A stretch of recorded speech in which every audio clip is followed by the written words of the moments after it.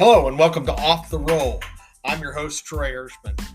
Well, I know it's been a little while since we did a podcast, so I'm sorry about that. I started a new job, and so it's been exciting, but it's also been a little time-consuming as well, so there hasn't been much time to do a podcast. But today I'm coming back with a really good one. We are talking to Barry Clements. Barry is the Deputy Athletics Director over Capital Projects at the University of South Florida. Barry graduated from Ball State University in 1980 and was inducted into the Cardinal Sports Medicine Ring of Honor in 2013. He has, in my opinion, done it all as an athletic trainer and now as an administrator. He has been an integral part of the University of South Florida athletics department, and we're really lucky to spend some time with him for this podcast today. He kind of touches on a little bit of everything involved with that, but for the most part, it was just a great conversation to talk to Barry, and he's a great down-to-earth Hoosier guy that lives in Florida now. So let's go off the roll with Barry Clements.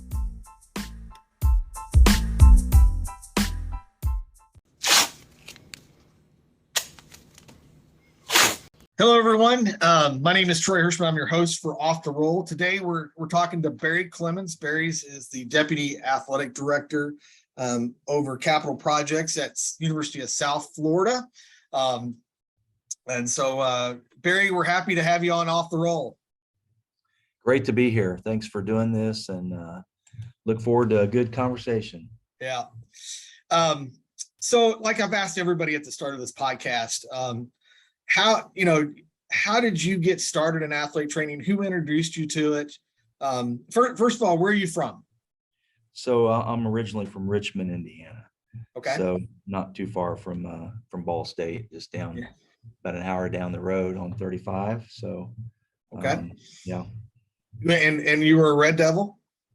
I was, yeah. Yeah. I played football was my sport. Basketball was my favorite sport, but as you well know, to play basketball in Indiana, you got to be really, really talented. So I was never, other than junior high school, I wasn't good enough in high school to play on our basketball team. Richmond should have probably had two high schools, but they always had one just because they wanted to be so good in sports. So that kind of limited your opportunities. But we were good in football too, and I played football. But in junior high, well, I played a lot of sports, but where I lived, I walked to elementary school, I walked to my junior high, and I walked to my high school. And in between where my junior high was and my house was Earlham College. Okay. And so it was basically in my backyard. And when I was in seventh grade, a friend of mine, we went there, and they had just hired a new football coach, a guy that came in from the Washington Redskins, and he was just looking to try to coach and be a head coach and live in a small town and raise a family. And he had played at Wilmington College, so he was familiar with Earlham.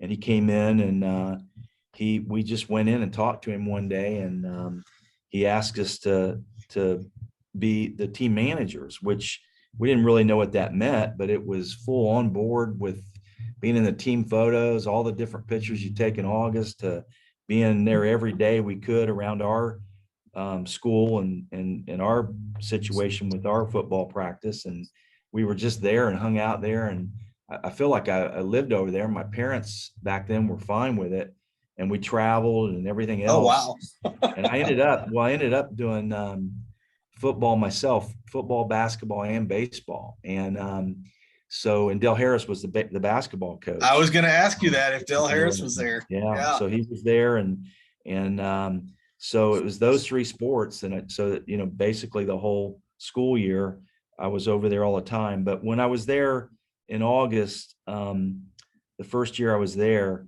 I always in the athletic area walked down the hallway, and there was a cage where there were two whirlpools, and the room was like always super clean, but never used, a couple treatment tables, and it was next to the equipment area. And we were working with the full-time equipment guys that they had, a couple older guys that they had that were retired doing that. And so Earlham had hired back then, when students could really do a lot, pretty much everything, they hired a student from Ohio University's program to come over for August and be the athletic trainer. And I was just, Right.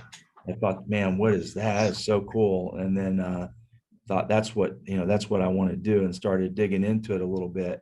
So, and then the next year they the same thing, but it was a guy from the Miami of Ohio that came in. And I, so in high school, played football, and our basketball coach, I got with him and, told him what I wanted to do. So I kind of became the athletic trainer at my high school for all the other sports, and especially basketball. And he gave me the Kramer course. So I'm going to show you. I'm going to show you something here if you can see it. Oh yeah. Well, that was that was a Ball State sports medicine camp, athletic training camp that they had. Yeah. And then I think between my junior and senior year of high school, but I did that course with him. And then they had me in office. I'd go down to the principal's office every day. Back then I thought getting mail was pretty cool. And I had mail from all kinds of companies to go through and different things like that. But then what happened was I was going to go to Evansville to play football and get some money to play football. But at the same time, believe it or not, back then they didn't have a certified athletic trainer. So they knew about what I was doing at Richmond, and they wanted me to be the athletic trainer for basketball and maybe kind of everything else, but play football. So a similar situation for what I did in high school. And my brother, who was pre-med at the time, who always kind of gave me good advice and guided me along, said, if you go there, the way it works in athletic training is you have to work under a certified athletic trainer to be eligible to become certified. And so he goes, you can go and you can do that. And really it's about the same money as going to Ball State, with being a private institution and the difference from what they're giving you and what tuition costs. But he goes, you just would be spinning your wheels. And if you really want to be a certified athletic trainer, you need to go to like a Ball State where there's certified trainers there, and they actually have a minor in it. So that's what I did. And then the real, the thing that happened my freshman year was just awful, was the plane crash at Evansville. So everybody that I met with and interviewed with and would have been with was in that plane crash. So life takes different turns, and you just never know. But that's kind of how I got into it and how I landed at Ball State. And from there I went on to graduate school where Fallstick was, because he was at Ball State as an assistant athletic trainer when I was a student. Yeah. So tell me about your student. I mean, you were in that kind of that group. Coddington was kind of, because you graduated from Richmond when? In 77. So Coddington was already out of Ball State. Coddington was out. Rex Sharp was a senior when I came in as a freshman. Yeah. Ken Evans was gone. Yeah. I knew about all those guys and heard of all those guys, but especially with my relationship with Dickerson, and Snowball was going too, but he was somebody that was pretty visible, always at Ball State. So, so what group were you kind of in there with then? Well, I was real close with Rich Lloyd and Tom Ford and a guy named Dan Cortman, and there were just a lot of different folks that came and went back then too. So, and was Mark Lahr in that group too? No. Tony Cox came in my junior or senior year. But and when I got there, it was, if I remember right, it was a big deal to try to get on with football right away. And I think I was pretty fortunate, either right in the fall or in the spring of my freshman year, I got with football. And then I ended up, working like everybody, a lot of different sports. And I had men's soccer. I know that I had that sport by myself at one time, just trying to remember everything and how it went. I know it's okay. It's sometimes you're going to remember about 2 or 3 things after we're done talking. I didn't talk about that. It's okay. Most definitely. But I had a, right out of the gate, Vogelzang was the head guy, and Fallstick was an assistant, and Jim Dickerson. And like a lot of people, I just, had an incredible relationship with Jim Dickerson, who definitely was, one of my best friends and like a brother. And at times I felt like a son with him. And we even took vacations when I was there together on spring break. We came down to Florida together. And, Yeah. that I could spend an hour telling you about that in itself. But we naturally, like a lot of other students, his family was your family, and being at his house and doing things with him or whatever. And we had some incredible times at a local establishment that my roommate was part of. So that ended up turning out to be our place to go, and it was also the place that the Muncie Central staff and fans went to as well. So we just had, it was just incredible. And then I was, so close with Fosdick again. He brought me there as a graduate assistant when I finished at Ball State. Yeah. I guess my question just left me, but so when you went to Kent State, did John bring you in to work a sport specifically? What did you do at Kent State there as a graduate assistant? Well, back then it was still different, where you could pull it off if you went right after I graduated. I took off, so I was there for the summer, and then 1 year I did everything in that summer, and then one school year and had my master's. But it was football, and then it was ice hockey specifically for me, with him. And so, and Mark Smith was an assistant there at the time, but I was also real fortunate because that's where the Cleveland Browns had their training camp. And so I was just kind of a runner for them, doing anything and around all the time and showing my face and just there for anything that they needed. And then one particular day early in the preseason, Leo Murphy, the head athletic trainer for the Cleveland Browns, was on the sidelines and had his back turned to the field and got hit and kind of flipped up in the air and fractured his femur. So I became his caretaker over in the dorm, but I also got asked to come on and help him out that they had another body to replace him. So I was and back then, oh my gosh, the team, when I grew up, my idol playing in the NFL was Calvin Hill, and he was finishing out his last year there with the Browns. But Greg Pruitt, Mike Pruitt, Brian Sipe, Dave Logan, Lyle Azedo, Charles White. It was just quite the team, and they were, highly successful back then. And so it was, that was wonderful for my experience and my career to be a part of that. And that was like back when they were like in the AFC Championship game and all kids, that stuff. Right. Yeah. Cardiac Kids. Yeah. Early 80s. Yeah. So wow. It was really special. So it was good. But. So what did you do after you finished up at Kent State? Well, I would say that at the time I got out that I applied for everything from a job at the Cleveland Cavaliers to high schools to clinics or whatever. And it was just tough. There just weren't very many jobs out there at all.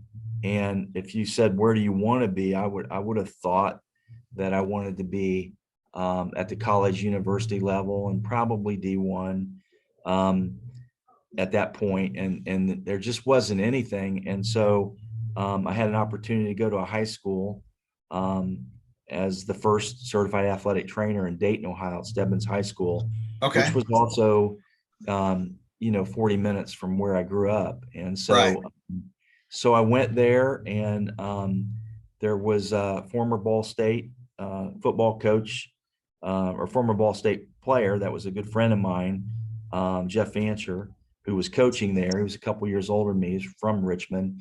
His brother and I are best of friends. And so knew Jeff real well, and him being there, made it extra special. And they ended up having a coach who was just starting his career out that became a Hall of Famer in Ohio as a high school coach. And so it was a really special place. But I think kind of when I went in, and I think I even stated it, that the attitude was I'm going to be here like I'm going to be here forever, but I'm going to do this for a year. And Yeah. then towards the spring of that year, as I started looking at opportunities, I was also going to Florida every chance I got. My parents were retired and they were in the Bradenton area. And so, I'd get down here for long weekends or whatever and just loved it.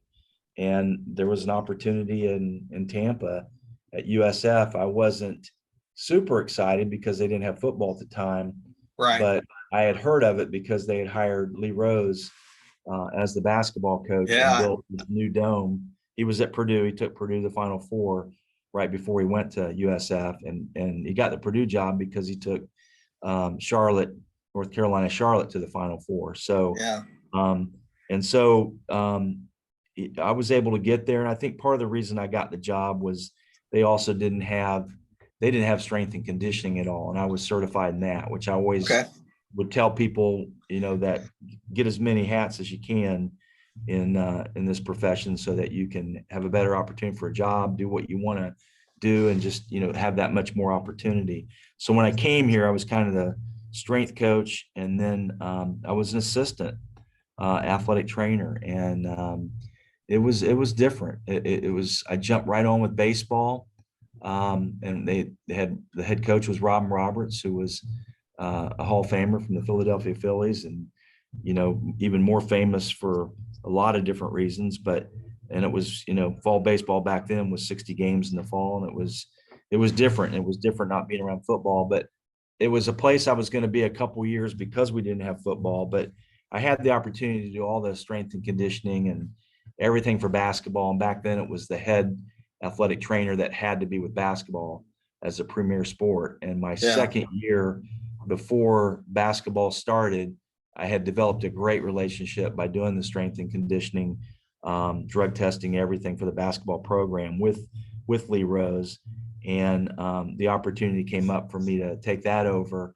And then I was kind of doing everything else. We were in a unique situation because we're a large university, and we were even back then, and we didn't have physical therapy, and it was the athletic training area kind of taking care of the student body for physical therapy. So it's really unique, probably illegal, but really unique. And so I think they did it because they got funding for supplies and they needed it for budgetary reasons. But I did that, and then became the head basketball guy, and then the guy that was the actual head athletic trainer got on with the Dodgers, and so I kind of took over everything, and was just head athletic trainer, and from there it was all the different hats you wear as an athletic trainer, somewhat like a coach, but I liked administration. I mean, I just really did. I think most probably don't. And I always tried to see where I wanted to be in 5 or 10 years down the road. But, what did I want to be doing when I was 50? I'd kind of always ask myself. And so back then it wasn't where I want to be an athletic director someday. And like all the sports management programs, there were very few. And, a lot of people that come out of those want to be athletic directors. But for me, it was just taking on more and more and gravitating towards it. So as it's turned out, I think I've had 13 or 14 different title changes, and I've done every job in athletics, and every single job or overseen every area, in our department. And so for many years, if you'd say, well, what's your job? I'd say it was coaching coaches. So that was good. So because I was looking at your bio, and yeah, I mean, you basically supervised every sport.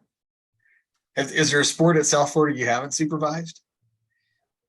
No, I think I've had every one, even if it might have been somebody leaving and just had something temporary, but there were a few years there that if there was an area, there were areas that naturally had no experience in, but if there were issues or concerns or challenges, I might go in for a while to try to clean it up, make things better, and then get back out of it again. So it just ended up impacting everything. So it was an incredible ride, incredible opportunity to be able to do all those things. And I probably, would say I had too much at one time when I had, almost every sport. And then the sport administrators, when we started doing that and having people over sports, to lead that at the same time was, there was a lot. And I was doing things from worried about getting every kid in school to behavioral issues to, running all the programs. So it was definitely 24/7. Yeah. Yeah. That's it. Would you say that your athletic training background, basically we've all been a part of, like, usually covering one sport or two sports, but in some situations we were still kind of taking care of all the athletic population in certain circumstances. Do you think that kind of background helped you to be a good administrator in those roles? Yeah, I do. I think it's because, whether even if you did just work one sport for a long time, there's so many things that you're involved in and you're around. If you're not specifically, and you're always, and even like compliance, there's a little bit of that for every area. But you're familiar with the academics, you're familiar with, the business office and the budget, and you're working with those type of things. You're working hand in hand with strength and conditioning in the equipment area. You're marketing your program with others. And I think it's important. It doesn't happen everywhere, and it didn't happen everywhere back then, to be able to figure out the vehicles that are in place for fundraising. And so you're working with that operation. And so there's a lot of external and internal type things that you're going to be, working with, and you're going to see, and you're going to touch. And so it's almost, every aspect of it. And then everything that you do, whether even if you're a student or a graduate assistant, head guy, you've got administrative responsibilities. They're just there. And whether you're supervising somebody else or soliciting physician support, developing coverage schedules, doing insurance, there's just so many different things that you do and you have to do, at every one of those levels, to make the overall organization and overall department successful. And so that administration, again, which I enjoyed, was just something that I wanted to do more and more of. And that's why that opportunity just kind of came my way. Yeah. Yeah. No, I think that's interesting. I think I mean, you see some athletic trainers that are, they want to get off the road or whatever it is, but they end up in those roles, those administrative roles, to do that. And it's great that you have some visionary people over that see that skill set and that talent to take on those roles. And there's I mean, there's lots of good administrators out there, that are, I think that get the idea that they want to surround themselves with good people. And it sounds like you were in a great opportunity to be a part of that. So I was around a lot of great people, but I think it's just, it's kind of figuring out, what you enjoy and what you like and what you want to do and where you want to be. But if I definitely, I think I had really, goals established in athletic training and what I wanted to accomplish. And, I followed the formula for that and was on it. And, not every day looking at those type of things, but kind of it was instilled in me to proceed that way. And I accomplished everything I ever wanted to accomplish in athletic training. But again, looking at where you want to be and what you want to do down the road. And back then, where I wanted to be when I was 50, I didn't want to really be a clinician. I didn't want to be in the clinic daily doing the things I did, even though, now I kind of wish I was back there doing it. But there were people that knew they wanted to do that, which is fine. And It doesn't, that's what they chose. And there, again, a lot of people wouldn't like the administrative part of things and what you have to deal with. And because you have to deal with conflict to be successful, and just, the good and the bad. And it's just part of it. But I just, I never, if I wanted to be an athletic director and that was the goal, then I would have even left here. I mean, I think you need to leave and get different experiences. And that's typically how you don't get caught in the system and can make more money. And then, continue to rise to where you want to be and meet that many more people, networking wise and connection wise and those type of things, and do that. But for me, it was just, I was at a great place. It was great that I didn't have to move my family. A wonderful place to live here. So many outside opportunities, as there were outside opportunities when I started here for athletic training. Some of the things that I was able to do um, with some really famous athletes that would come here for, like baseball fantasy camps and those type of things was Yeah. incredible. And then, I'm being from Indiana. I mean, that's my love. That's my home. And so I also, when I first started here, had a situation where I could go back for the summers, Yeah. and I went back and ran basketball camps, the largest in the country, that happened to be at Earlham, with my former high school coach. And so it was just wonderful. And then it just reached a point where, everything changed a lot. And of course we were getting football and that type of thing, and that couldn't happen anymore. Um, but it's worked out really, really well. And I was fortunate. And, I'm not a shoulda, woulda, coulda guy, but I think, if you don't want to do anything different as you went through, because, you wouldn't be exactly where you are now with everything in your Right. life, not just your work. And so, but naturally, there were things that I might have done or chose to do a little bit differently, because it's not always easy, and there's going to be bumps in the road, and that's how you grow and you learn and you get Yeah. better, and you got to overcome that adversity. So but overall, I've been very, very fortunate and very, very lucky. And I do, give that credit to a lot of people that shaped me early on. And those key people were part of Ball State athletic training. And, I'm just forever indebted to those guys and gals and what they did for me. And then I think being from the Midwest and having instilled in me the hard work ethic that just, came with that, and growing up, my parents and what you're taught and all those type of things, and good core values and doing the right thing. I Yeah. think with all that in place, it kind of led to a purpose driven life, so it's Yeah. been a real blessing. Yeah. So how long do you think you're going to keep doing this? Well, kind of as long as they'll put up with me. It gets harder. I can tell you, it is very, very difficult. It really doesn't happen anymore where somebody stays at the same place, Yeah. specifically in college athletics. And so it's not easy, and things change all the time, and you've got to continue to adapt to that. But I think, a lot of people more and more, I equate it to, like, if you're coming in as a recruit, you like to see all the bells and whistles and all the state of the art stuff. You don't really care about the historical stuff that we probably did when we went through. And so Right. people a lot of times don't want to know about the history, which is unfortunate, because they tend to make the same Yeah. mistakes that we had to go through if they don't pay attention to it. But they don't. But at the same time, you don't want to go, "Oh, that's the way we always did it," either. But I think that it's tough in some regards, but in other regards, I think that as long as I feel like I can make a difference and continue to do it. And as you mentioned at the beginning, now things, what I call in my fourth quarter here, are really different for me. And I have the opportunity to be involved in fundraising, which I kind of have always done. I did a lot for sports medicine specifically coming Right. through, but fundraising for the department and working on some capital projects. Yeah.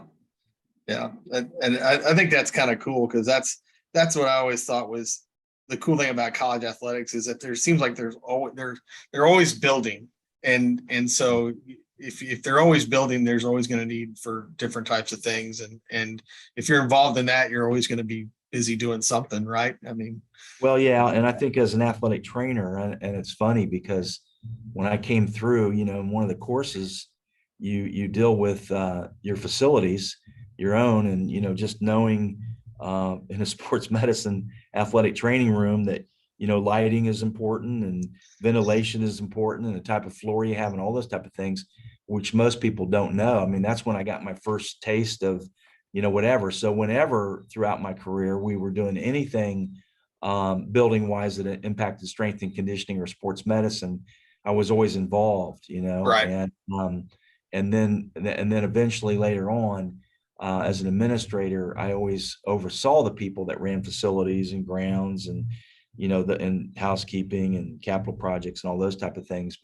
And so I learned a little bit, but when I jumped in full throttle, it was a full learning curve to learn these things. And it's been a lot of fun, but I would have never, if I had a crystal ball, 30 years ago and looked in it and saw that I would be doing facility stuff, I'd go, where'd that come from? How did that happen? But it's good. So, yeah, I'm very, very appreciative.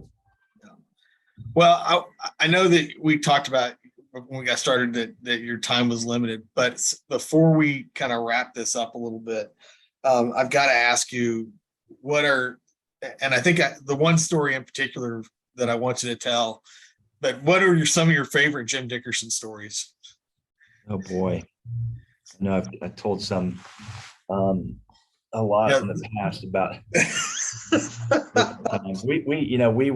we went to Finland together, Finland and Sweden, in the 90s, for a few years, year after year, with Kramer Europe, to go over there and spend time. We've really created some great relationships over there, but did a lot and had a lot of fun on things that we did there. But there's just so many things that were just, the guy just loved to laugh, and just, I walked by his office and one time during, just during class time, when he was back in his office on the academic side, and he's in there by himself laughing.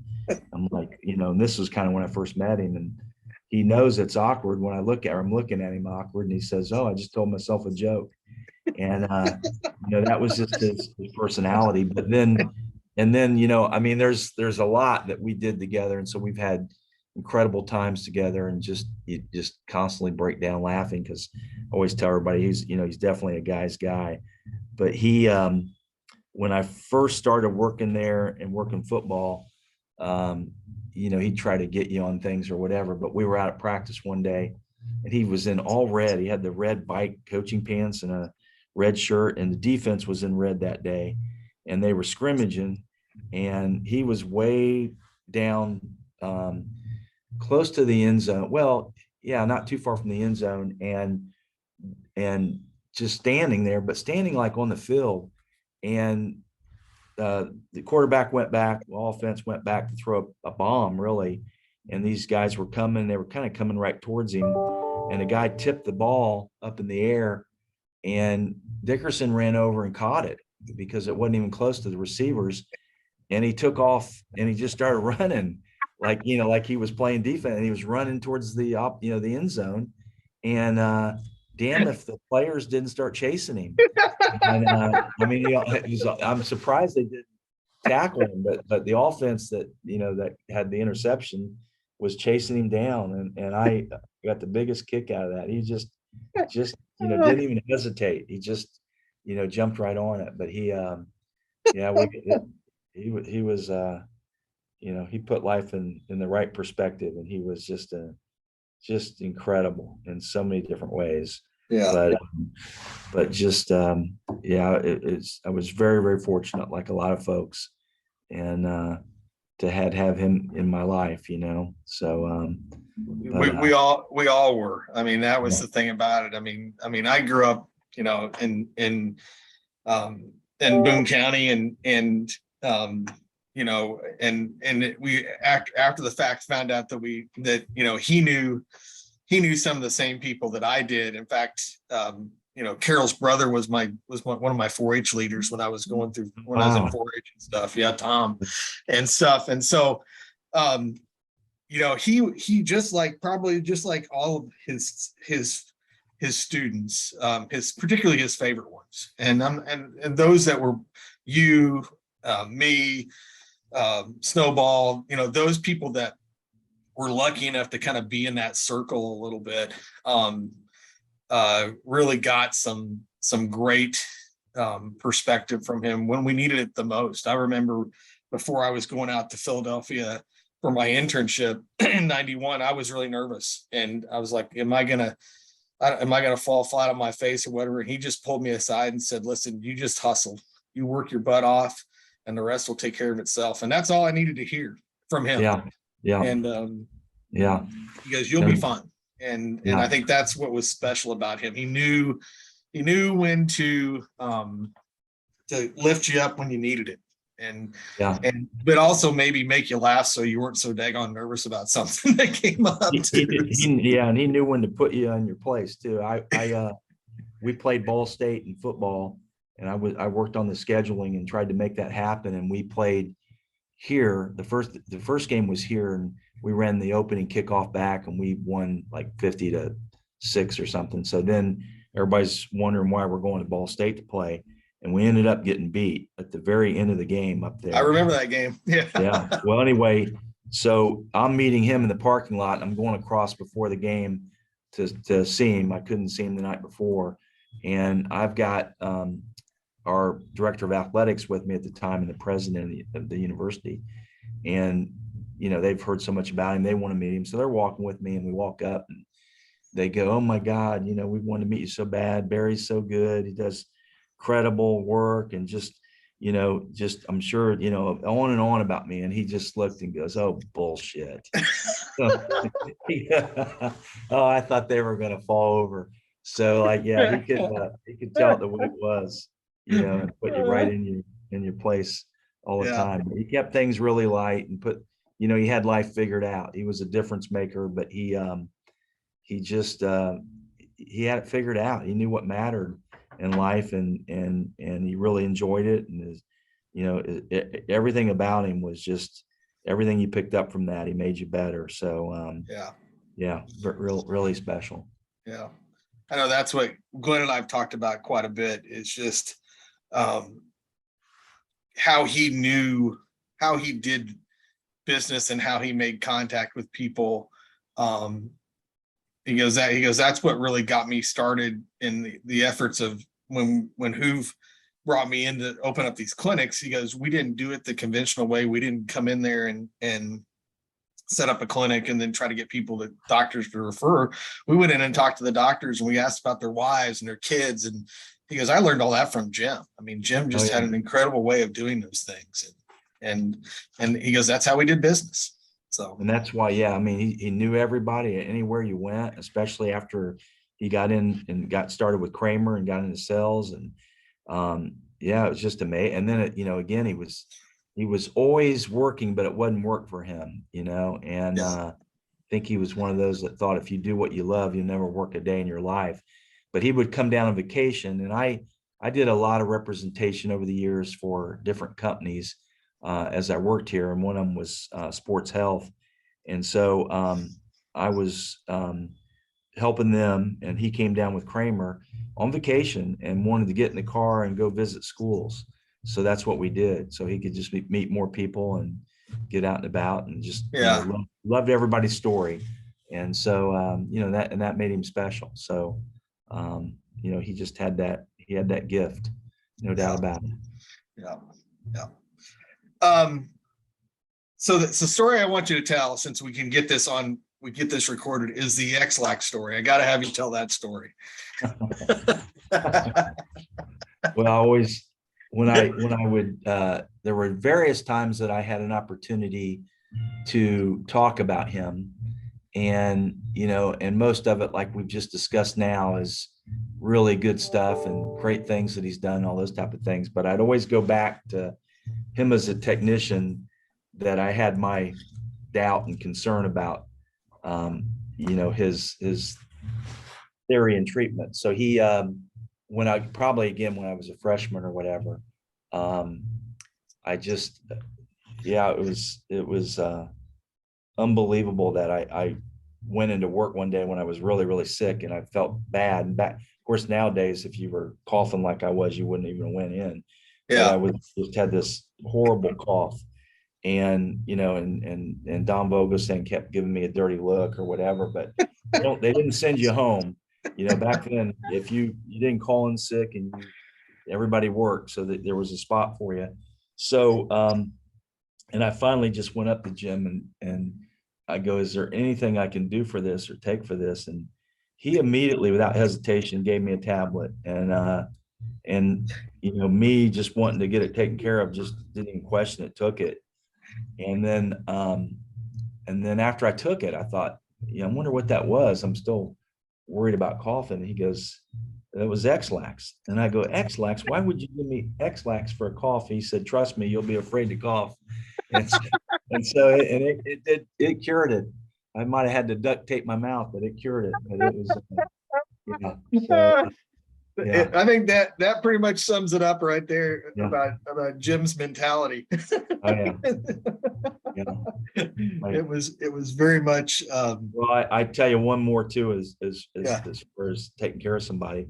He wanted me to, I don't think it was for a class, although I was in a class, oral practical, doing a test with the Louisiana rap. And Okay. you were timed on it. You had to do it like in 30 seconds or something. So you got down and you got in position, and they were going to give you the countdown. And so, I had this thing in my hand, and, I'm trying to get an A in this class. And he goes, now go, and scream go. And that rap went flying out of my hand across the room.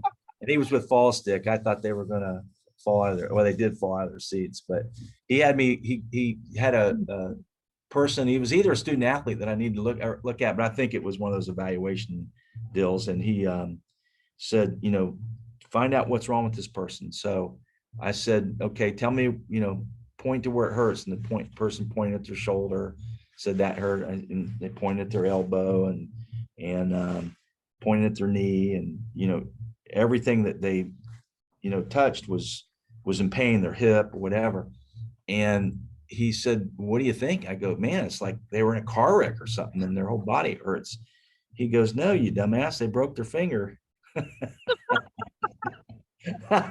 So he'd set up stuff like that and, mess with you too. So it was really something. But, yeah. Oh my goodness. It was a daily deal where he had a lot of fun. So Yeah. it was good, really good. I think that was the one thing that carried on too, with especially like you were students of Jim, and just like Rex and Tony and stuff. I mean, that fun, that not, taking life seriously, but not taking life so seriously was an epitome of those programs. And I know that carried on for me when I was a student with Rex and Tony too, that right. we worked hard, but we also had some fun along the way too. And that's important, especially in athletic training, as much as you're spending time in the athletic training room with the student athletes and stuff, to do that. So, right. Exactly. Well, listen, Barry, thank you. I know you got a busy schedule, yep, so I got to go on here. So thank you. Thanks for doing this. No, greatly not a problem. It. Yeah. Greatly appreciate it. So we've gone off the roll with Barry Clements.